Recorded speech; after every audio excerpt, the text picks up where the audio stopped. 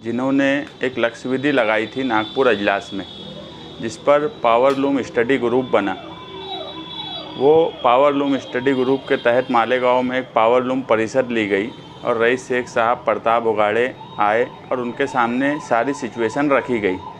उसके बाद जो है पार्लियामेंट इलेक्शन से 2 दिन पहले 14 मार्च यानी आचार संहिता लगने से पहले गवर्नमेंट ने एक नोटिफिकेशन जारी किया, जिसमें सब्सिडी पावर लूम मराकज़ और पावर लूम सेंटर को मिले।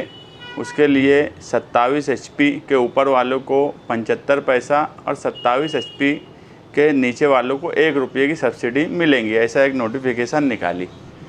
इलेक्शन से आचार संहिता से 2 दिन पहले निकलने की वजह से उसमें जो अटी शर्ती थी वो इतनी सख्त थी कि उस पर अमल करना मुमकिन नहीं था। उस वक्त रईस शेख साहब से बात हुई तो उन्होंने कहा कि अभी आचार संहिता लग गई है, इसलिए कुछ हमको करते नहीं आएगा।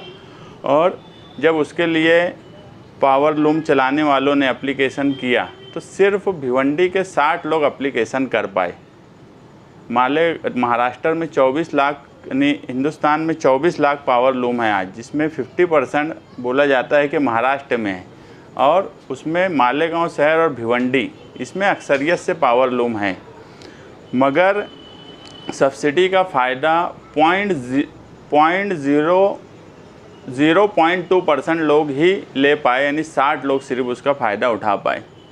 उसके ऊपर अभी जो अधिवेशन शुरू हुआ मानसून का, 29 जून को रईस शेख साहब ने एक और लक्ष्य विधि लगाई और तफसील से उसमें बातचीत रखी। टेक्सटाइल मिनिस्टर जो है चंद्रकांत दादा पाटिल, उन्होंने उस लक्ष्य विधि पर लक्ष्य विधि सूचना क्रमांक 1357 रईस शेख और अबू आसिम आज़मी के नाम से लगी थी। उस पर चंद्रकांत दादा पाटिल का जवाब महाराष्ट्र विधानसभा में जो लक्ष्य विधि थी सन 2024 के पावसाळी अधिवेशन श्री रईस शेख अबू आसिम आज़मी विधानसभा सदस्य यानी महाराष्ट्र विधानसभा नियम 101 अन्य दिलेली लक्ष्य विधि सूचना क्रमांक 1357 पुढील प्रमाणे आहे। उसके ऊपर उन्होंने फैसला किया और ये बड़ी खुशी की बात है महाराष्ट्र के तमाम ही पावर लूम सेंटर्स के लिए कि जो अटी शर्ती ऑनलाइन की थी उसे ख़त्म किया गया और उसे आसान किया गया। मेरी मालेगांव शहरियान की तरफ से समाजवादी पार्टी, अबू आसिम आज़मी साहब और रईस शेख साहब और चंद्रकांत दादा पाटिल का शुक्रिया अदा करते हैं कि उन्होंने इस पर तवज्जो दी और इसको ख़त्म किया। उसी में एक डिमांड हमने पावर लूम परिषद में रखी थी कि सूद का जो फ्लक्चुएशन है बाज़ार का, उसको कहीं ना कहीं कंट्रोल होना चाहिए, जिसकी वजह से स्टडी ग्रुप में भी वो बात हम जब मीटिंग थी वहाँ भी रखे थे कि फ्लक्चुएशन जो है उसे कंट्रोल करना चाहिए। मगर जो उन्होंने जो लिख के दिया कि ओपन बाज़ार होने की वजह से ख़ास तौर से विदर्भ और मराठवाड़ा इन हिस्से के किसान और ओपन बाज़ार होने की वजह से उस पर हम अमल बजावनी नहीं कर सकते। मेरी रईस शेख साहब से मेरी फ़ोन पर बातचीत हुई, उन्होंने कहा कि इस ताल्लुक़ से भी हम वापस कोशिश कर रहे हैं कि जो फ्लक्चुएशन होता है जिसकी वजह से अचानक बाज़ार गिरता है और बुनकरों का बड़ा नुकसान होता है, तो इस पर भी सरकार तवज्जो दे। एक मंजूरी जो सब्सिडी की मिली है इसके लिए किस तरह से फॉर्म भरा जाए, किस तरह से काम काज किया जाए, प्रताप उगाड़े साहब को हमने सब भेजा है, वो हमको तफसील भेजेंगे और इंशाअल्लाह समाजवादी पार्टी ऑफिस से तमाम ही बुनकरों की नुमाइंदगी की जाएंगी। मैं वापस मालेगांव शहर के तमाम ही बुनकर और मालेगांव शहरियान की तरफ से अबू आसिम आज़मी और रईस शेख साहब का शुक्रिया अदा करता हूँ कि उन्होंने सच्ची नुमाइंदगी की। सिर्फ बात करना और बात बोल देना। आप अगर रईस शेख साहब का अधिवेशन का वीडियो देखेंगे, जो कि मेरे ख्याल से मालेगांव शहर में भी हज़ारों लोगों ने देखा है, किस तरह से एक स्टडी किया हुआ आदमी जब बात रखता है तो सरकार को बात मानना पड़ती है। ये महायुति की सरकार कोई बुनकरों के लिए मैं नहीं मानता कि बहुत उनकी कोशिश या उनके लिए फ़िक्रमंद होंगी, मगर जिस तरह से रईस शेख साहब ने नागपुर अजलास में बात रखकर स्टडी ग्रुप बनवा दिया, उसके बाद अभी 19 तारीख को लक्ष्य विधि लगाकर जिस तरह से उन्होंने एक स्टडी करके अपनी बात रखी, तो कहीं ना कहीं जब पूरी तैयारी से और सारी मालूमात के साथ सरकार के सामने बात रखी जाती है तो बहुत सी चीज़ें ऐसी होती है कि सरकार ना भी चाहे तो उसे मंजूरी देना पड़ती है, क्योंकि बात को इस ढंग से रखा गया। और इलेक्शन का वक्त था, लोहा गर्म था, रईस शेख ने हथौड़ा मारा और पावर लूम बुनकरों को एक कामयाबी मिली। सब्सिडी के ताल्लुक से आपने जो बातें रखी, उसकी जो क्रेडिट है आपने सिर्फ अपने अरकान असम्बली को दी, जबकि मालेगांव के रुकन असम्बली उन्होंने भी आवाज़ बुलंद की असम्बली में कई मरतबा।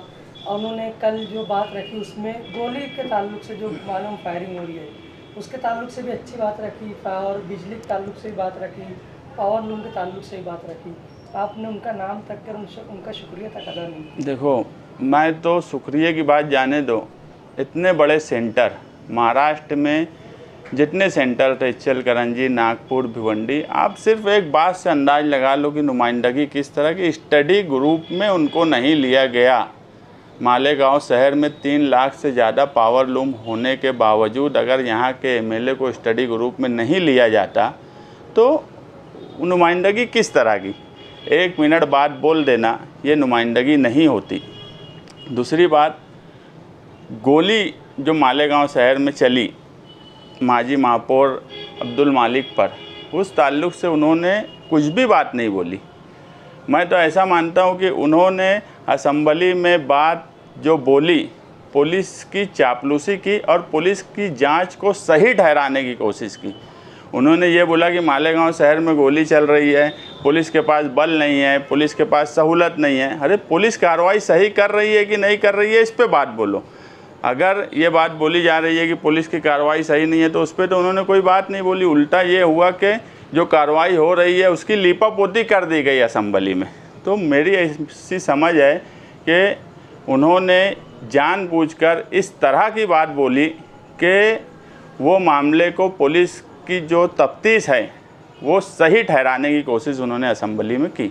और पावर लूम के सवाल पे उनकी नुमाइंदगी ज़ीरो ही रही है मालेगांव शहर में। कल जो है असम्बली में जो वो बोल रहे थे तो उन्होंने मालेगांव का जिक्र करके बोला, और उसके जवाब में जब आज सीएम बात कर रहे थे तो सीएम ने भी बात करते वक्त इस बात का जिक्र किया सारी शराइत जो है वो निकालते, तो ये क्रेडिट उनको भी तो जाता है। नहीं, ऐसा देखो, ऐसा है कि अबू आसिम आज़मी का भी नाम था, सब था। क्रेडिट मैं एक बात सिर्फ मानता हूँ कि जिस शहर में 3 लाख से ज़्यादा पावर लूम हो, जहाँ पर नागपुर में आज 50,000 पावर लूम नहीं है, वहाँ का आदमी नुमाइंदगी कर रहा है स्टडी ग्रुप में। जहाँ पर 3 लाख से ज़्यादा पावर लूम है, अगर वहाँ के एमएलए को नुमाइंदगी ही पावर लूम स्टडी ग्रुप में नहीं मिली तो उनकी कोई बात ही नहीं हो सकती। असम्बली में कोई बात बोल देना और किसी का नाम ले लेना ये नुमाइंदगी नहीं है। बहुत से लोग चापलूसी करके भी नाम अपना लगवा लेते। चापलूसी करना एक अलग चीज़ है और किसी का हक लेना, लड़ के हक लेना और तैयारी करके हक लेना ये एक अलग चीज़ है। नाम लेना ये नुमाइंदगी मैं कभी नहीं मानता, ना इसको नुमाइंदगी मानना चाहिए। नुमाइंदगी के जो उन्होंने कहा असम्बली में जो बोले थे, इसको आप किस तरह से देख रहे थे? एक तो नुमाइंदा अगर बोला तो आप बोलेंगे कि नहीं बोल रहे, अगर उन्होंने बोल दिया तो बोलेंगे उनके बोलने का कुछ असर नहीं हुआ, तो इसमें तो कहीं ना कहीं सियासत भी नज़र आ रही है। नहीं, सियासत इसमें नज़र आने का सवाल नहीं है। बोलना ये कोई सवाल कभी हमारे सामने रहा ही नहीं कि वो असम्बली में बोले। असम्बली में कौन सी 5 साल का पीरियड हो गया, कोई एक बात हमको बता दी जाए कि उन एमएलए ने मालेगांव शहर के असम्बली में अगर 1 मिनट 1.5 मिनट बोले तो उसके असरात पड़े हों। किसी भी फील्ड में कभी असरात नहीं पड़े।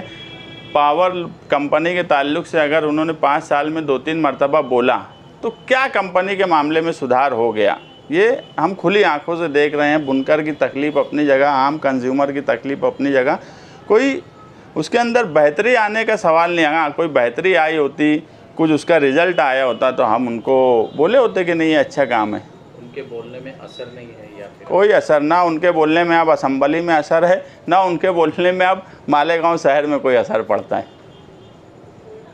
नुमाइंदगी के बारे में मैं ये कहूँगा कि माजी में हम ये देखते आए हैं कि जिस वक्त तो असम्बली के इजलास जारी होते हैं उस वक्त तो महावितरण कंपनी जो है बहुत एक्टिव हो जाती थी। उसकी वजह ये रहती थी कि हमारे ताल्लुक़ से कोई सवाल ना हो जाए वहाँ पर, इसलिए वो उस वक्त तो कम से कम असम्बली इजलास जिस वक्त तो चलता था उस वक्त तो सर्विस बहुत अच्छी मिलती थी। अभी तो ऐसा है कि ये मुसलसल 3-4 पॉइंट हर असम्बली इजलास में ये उठाते हैं और आज की तारीख में कंपनी का ये हाल है कि 3-3, 4-4 दिन हो गए हैं लोगों के डीपी फेल हुए हैं, इनके पास डीपी सिलक नहीं है, ट्रांसफार्मर सिलक नहीं है। तो आप इसको बेहतर नुमाइंदगी कहेंगे या उम्दा नुमाइंदगी कहेंगे, आप फैसला कर लें। मुस्तकीम भाई, आपने कहा कि उनको जो है स्टडी ग्रुप में लिया नहीं गया।